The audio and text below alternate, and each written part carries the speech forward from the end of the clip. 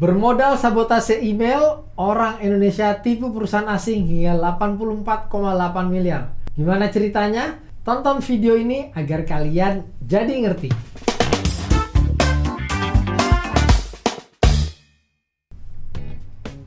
Bareskrim Polri sempat meringkus warga negara Nigeria yang melakukan penipuan dengan email palsu mencapai kerugian 32 miliar. Korbannya perusahaan di Singapura. Namun ternyata modus serupa pernah dilakukan oleh warga negara Indonesia dengan kerugian yang lebih besar. Jadi sasaran kejahatan cyber orang Indonesia nggak cuma di dalam negeri, tapi juga merambah hingga ke luar negeri. Dengan bermodus sebagai mitra bisnis, 4 orang Indonesia ini membuat email palsu dan mengalihkan instruksi pembayaran ke mereka. Perbuatan ini terendus saat perusahaan Taiwan dan Korea Selatan melaporkan penipuan yang dilakukan 4 WNI pada perusahaan Simbon Inc. dan Whitewood House Food Co. Mereka mengalami kerugian sampai 82 miliar.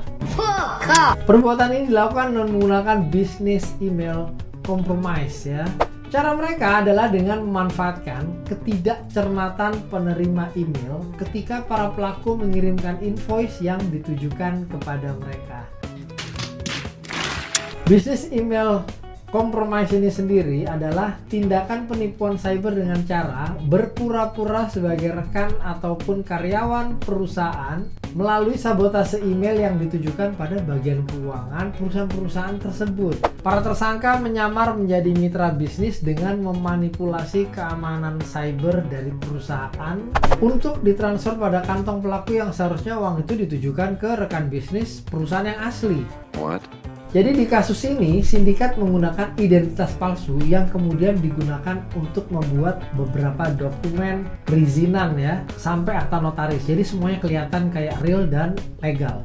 Dokumen ini digunakan oleh para tersangka untuk membuat domain perusahaan palsu yang dimiripkan dengan profil perusahaan asli mitra dari perusahaan-perusahaan tersebut. Penambahan satu karakter pada alamat email palsu itu berhasil mengelabui korban tanpa ada kecurigaan. Oh my. Adapun email yang digunakan dalam penipuan terhadap perusahaan Whitewood House Food Co adalah mmontufar@naturifestarms. Ini susah banget bacanya. mmontufar@naturifestarms, di mana email asli dari perusahaan tersebut adalah mmontufar@naturifestarms. Jadi hanya berbeda satu huruf S saja. Come on, man. Sedangkan dalam penipuan terhadap perusahaan Simbon Inc., sindikat menggunakan email palsu fang.xiaoyan@popen-sh, di mana email asli perusahaan tersebut adalah fang.xiaoyan@popen-sh. Jadi pelaku mengelabui dengan membuat domain yang mirip, hanya berbeda satu karakter pada emailnya, yaitu dash tadi. Dokumen perusahaan palsu tersebut juga dijadikan dasar dalam membuat rekening bank jenis giro para pelaku yang mereka ini jadi direktur perusahaan abal-abal. Perkembangan penyidik, akhirnya para tersangka dijerat dengan Undang-Undang TPPU, Undang-Undang Tidak Pidana Transfer Dana dan Penipuan 378 KUHP. Saat itu barang bukti yang diamankan oleh polisi antara lain uang tunai 29 miliar, 3 telepon seluler, 9 buku tabungan dari berbagai bank, paspor para tersangka, ATM, KTP, sampai perizinan perusahaan, semuanya disita.